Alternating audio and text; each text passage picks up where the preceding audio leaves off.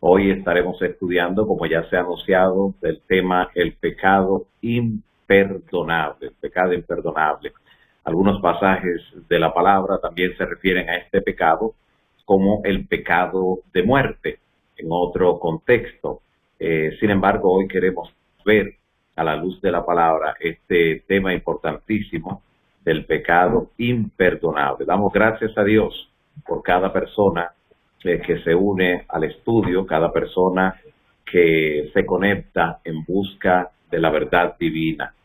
El pecado imperdonable. Esta expresión es tomada de un pasaje muy conocido, muy repetido, sobre todo, que se encuentra en Mateo capítulo 12, versículos 31 y 32.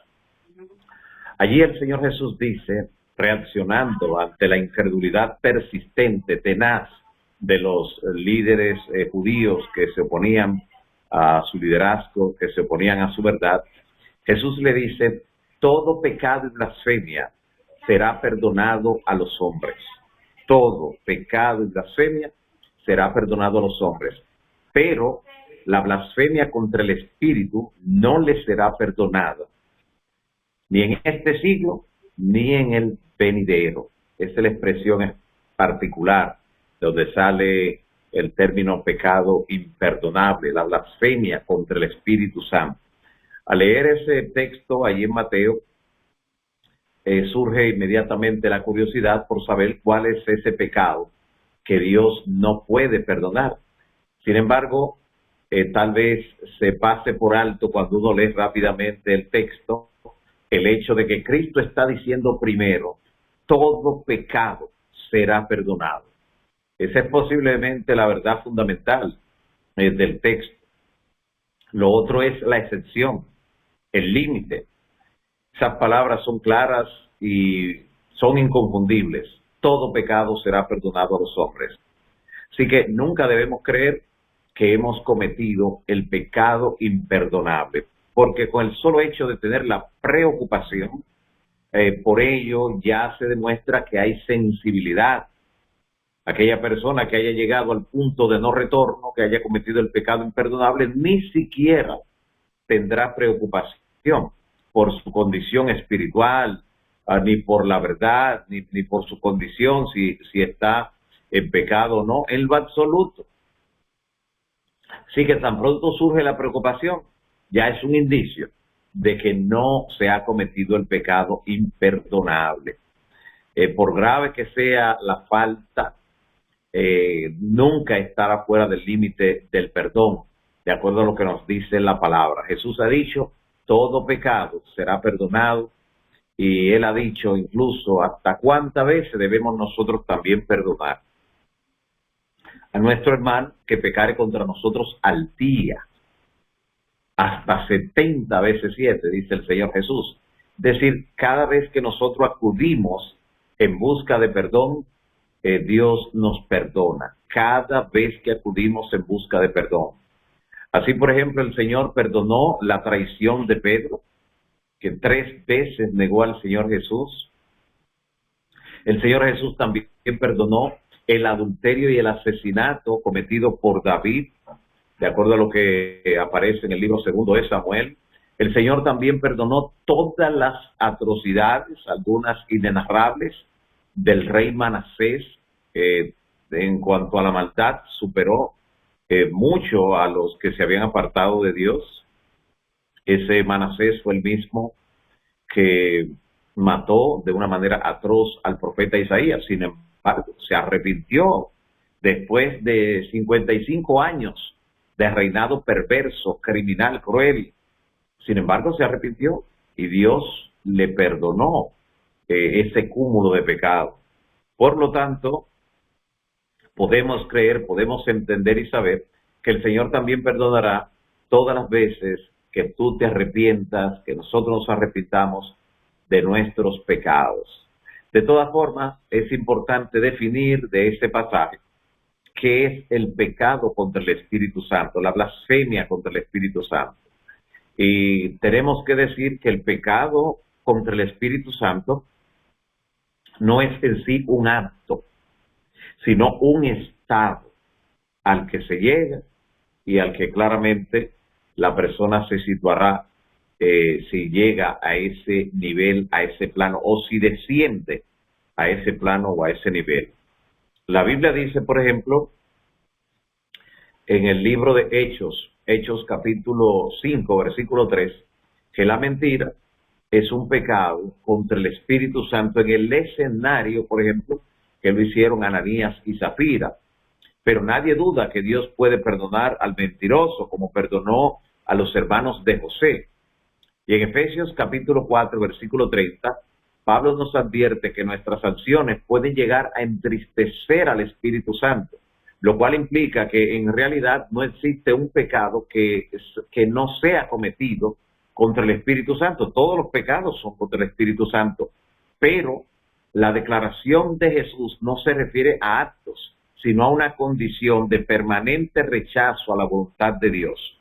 Una situación persistente contra la verdad y contra Dios que puede llegar a la persona a llegar a un punto de no retorno, a cruzar la línea más allá de la cual ya no podría volver atrás. No es tanto la magnitud del pecado en sí, sino el endurecimiento de la respuesta de Dios, el endurecimiento del corazón ante lo que Dios pudiera hacer por él. Ese pecado se menciona también en otras partes de la Biblia, pero se presenta con otras palabras. Por ejemplo, Pablo le llama en 1 Timoteo capítulo 4, versículo 2, le llama tener cauterizada la conciencia. Y en la carta a los Hebreos se le llama una imposibilidad, allí en el capítulo 6 de la carta a los Hebreos. Juan, por su parte, Juan le llama el pecado de muerte, como habíamos citado al principio.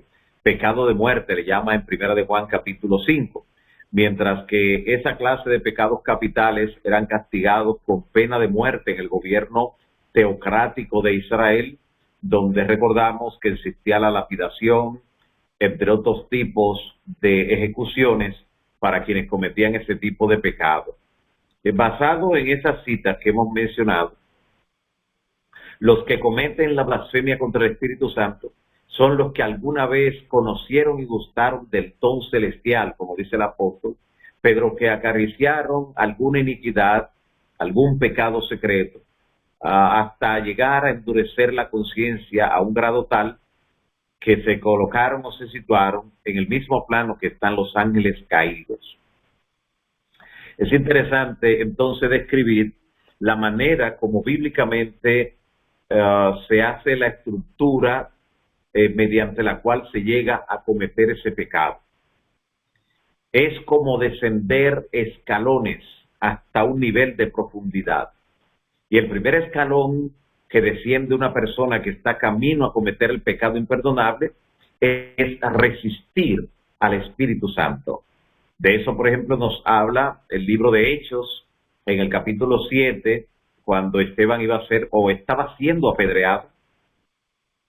Esteban le dice a los que estaban allí ejecutándole, incluyendo a Saulo, el joven que estaba allí también guardando los vestidos. Esa es una expresión que denota que él era el responsable y era el único que podía detener la ejecución en algún punto. Y ellos estaban, dice Esteban, allí en Hechos 7:51, dice, duros de cerviz e incircuncisos de corazón y de oídos, vosotros resistís siempre al Espíritu Santo. O sea, ¿qué estaban haciendo? Estaban resistiendo al Espíritu Santo. ¿A qué grado? Eran personas que conocían la verdad. Eran personas que la mayoría de ellos vieron o escucharon de primera mano de las obras que Cristo había realizado hacía solo 3 años antes de lo que estaba ocurriendo ahora con Esteban. Eran personas que tenían una evidencia incluso en el acto mismo cuando estaban lapidando a Esteban, porque la Biblia dice que ellos vieron su rostro como el de un ángel. Sintieron convicción, pero no respondieron ante esa convicción. Decidieron, tal y como dice la Biblia que hicieron, taparse los oídos, cerrar los ojos para no ver, para no escuchar. Eso se llama resistir al Espíritu Santo. ¿Cuáles son algunas formas modernas de bajar ese primer escalón, de resistir al Espíritu Santo en nuestros días?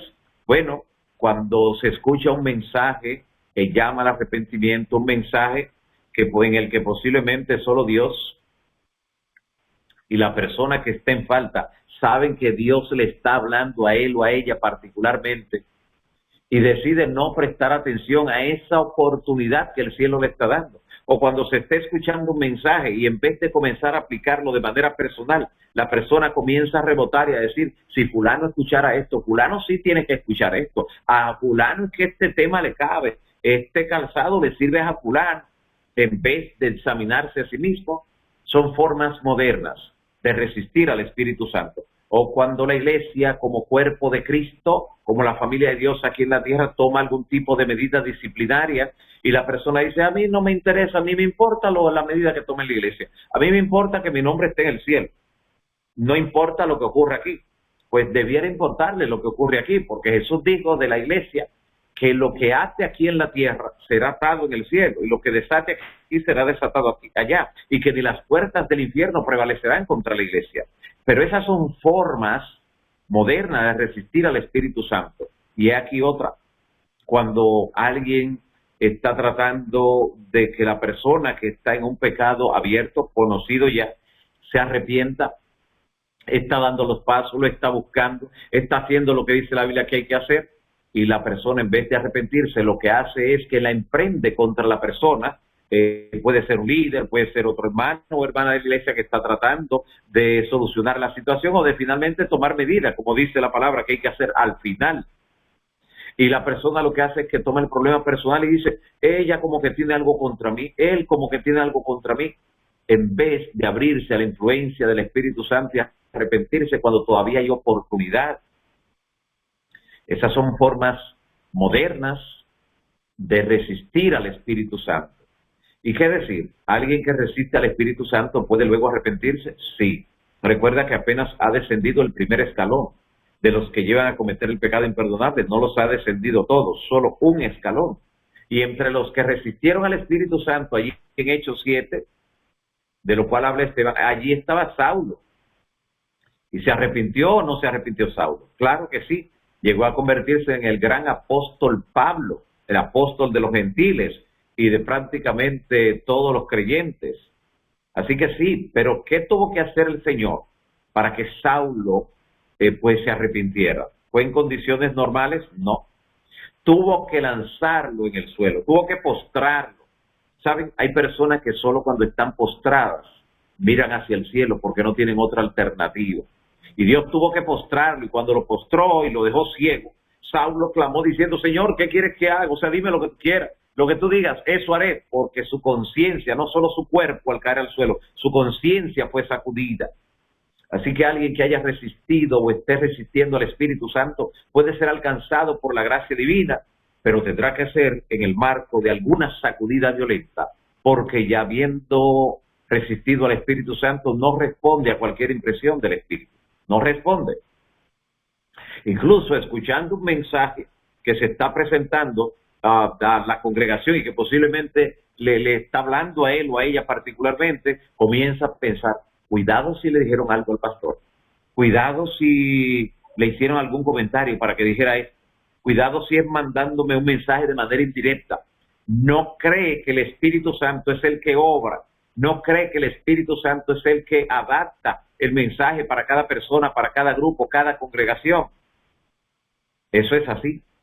Así que ese es el primer escalón que se desciende en camino a cometer el pecado imperdonable. Pero si la persona, a pesar de que Dios con frecuencia le sacuda, trate de hacer algo, no se arrepiente, la persona continuará resistiendo al Espíritu Santo y entonces descenderá un segundo escalón hacia la profundidad de cometer el pecado imperdonable. Y ese segundo escalón, Pablo trata de preservar los creyentes de él cuando le aconseja en Efesios 4:30 diciendo, no entristezcan, no contristen al Espíritu Santo. Resistir en forma constante al Espíritu Santo lleva a entristecerlo. Es como cuando un amigo está golpeando la puerta, tocando la puerta o está llamando insistentemente al teléfono y no le recibimos la llamada o no le abrimos la puerta. Llega el momento que el amigo, la persona se entristece. Y luego de esa tristeza está a punto de irse. Tú sabes lo que significa que el espíritu se marche. No se ha marchado en ese segundo escalón, pero estaría a punto de hacerlo. Recuerda lo que clamó David y que citábamos anoche del Salmo 51, que David le dijo, no me eches, Señor, de delante de ti, ni quites de mí tu Santo Espíritu, porque cuando se marcha en forma definitiva, el Espíritu Santo. Pero si cuesta un esfuerzo superior al cielo rescatar a alguien que ha resistido al Espíritu Santo, imagínate, al que también lo entristeció. Pero en teoría todavía puede ser alcanzado. Algo grande puede hacer Dios en la vida de esa persona, algo dramático, y que pudiera responder si va a disponer su corazón a responder, porque algunos no responderán de ninguna manera. Por eso muchos, la mayoría, se perderá. Y si la persona, mientras entristece al Espíritu Santo, sigue resistiendo, no se arrepiente, entonces desciende un tercer escalón hacia la profundidad del pecado imperdonable, y el tercer escalón de él habla el apóstol Pablo en Primera Tesalonicenses capítulo 5, versículo 19. Primera Tesalonicenses 5, 19, donde el apóstol dice, no apagues al Espíritu, no apaguéis al Espíritu. Y nota que en las versiones nuestras ese Espíritu está con mayúscula. Se está refiriendo al Espíritu Santo, no lo apague. En esta era digital, en esta era de tantos artefactos electrónicos y digitales, sabemos lo que significa apagar, ya sea mediante un sensor, un botón o un control. Apagar, que ya no esté funcionando. No apaguen al Espíritu, dice el apóstol Pablo, allí en Primera Tesalonicenses capítulo 5. No apaguéis al Espíritu. Y claro, quien ha descendido esos tres escalones hacia la profundidad de cometer el pecado imperdonable, como si da el cuarto paso, ya comete el pecado imperdonable, llega al punto de no retorno, a un lugar irreversible. Entonces, la persona en teoría, en el tercer escalón, habiendo apagado el Espíritu Santo, en teoría, todavía pudiera arrepentirse. Pero ¿qué es más fácil para alguien que ha descendido tres escalones? Y nota que no dije que ha ascendido hacia el pecado imperdonable, ha descendido. ¿Por qué? Porque al ascender lo hacemos con lucha contra la gravedad, a veces paso a paso, pero cuando estamos descendiendo lo hacemos a toda velocidad. Y así se comete el pecado imperdonable, así es la cuesta que lleva a la perdición. Bien pronunciado. Quien ha descendido entonces tres escalones, es más fácil que ya baje el cuarto, a que retorne los tres. En teoría puede todavía retornar, puede arrepentirse, en teoría, pero es mucho más fácil ya dar el último paso, que constituiría la blasfemia contra el Espíritu Santo, donde la conciencia se ha cauterizado, donde el corazón se ha insensibilizado, y ya el Espíritu Santo no tiene por dónde encontrar un área sensible, ya no la hay en ese corazón. Hay un comentario de la mensajera del Señor muy interesante con relación al pecado imperdonable que quiero compartir con ustedes. Está en el libro Deseado de todas las gentes, en la página 291. Deseado, página 291.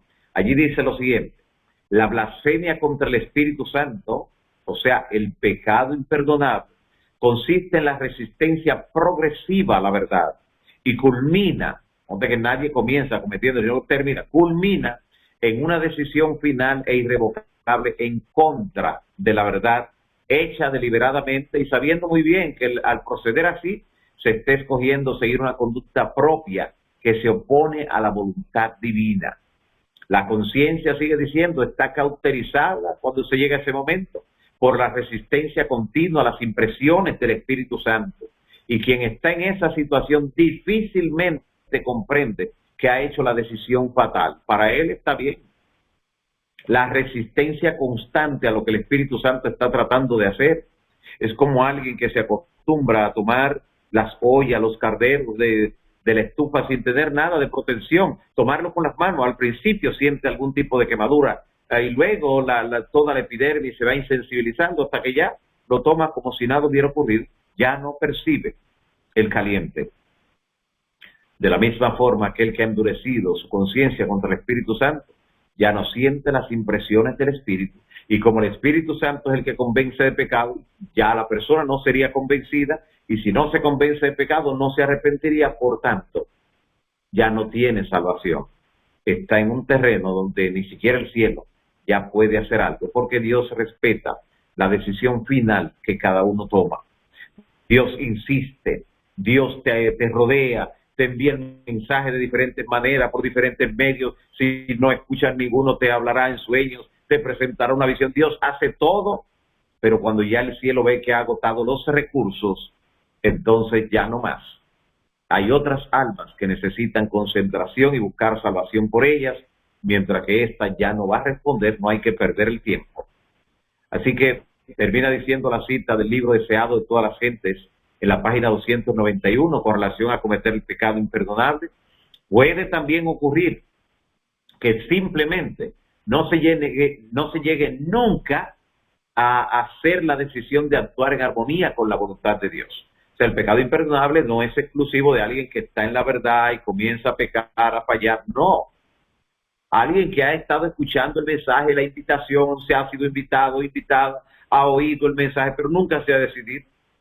Ese rechazo constante a los llamados que se realizan para el arrepentimiento, para entregarse al Señor, para nacer de nuevo, ese rechazo constante puede llevar también a cometer el pecado imperdonable. Otra forma moderna de resistir al Espíritu Santo es cuando la persona ha fallado, ha cometido un pecado que ha sido de consumo público, ha sido de escándalo público, no ha sido secreto ni privado, sino que ya es conocido públicamente y la persona dice, está bien, yo me arrepentí. Y le dice, debes lavar tus pecados, como indica la palabra, mediante el bautismo. No, ya yo fui bautizado una vez, no necesito otra vez. Obvia lo que presenta la palabra.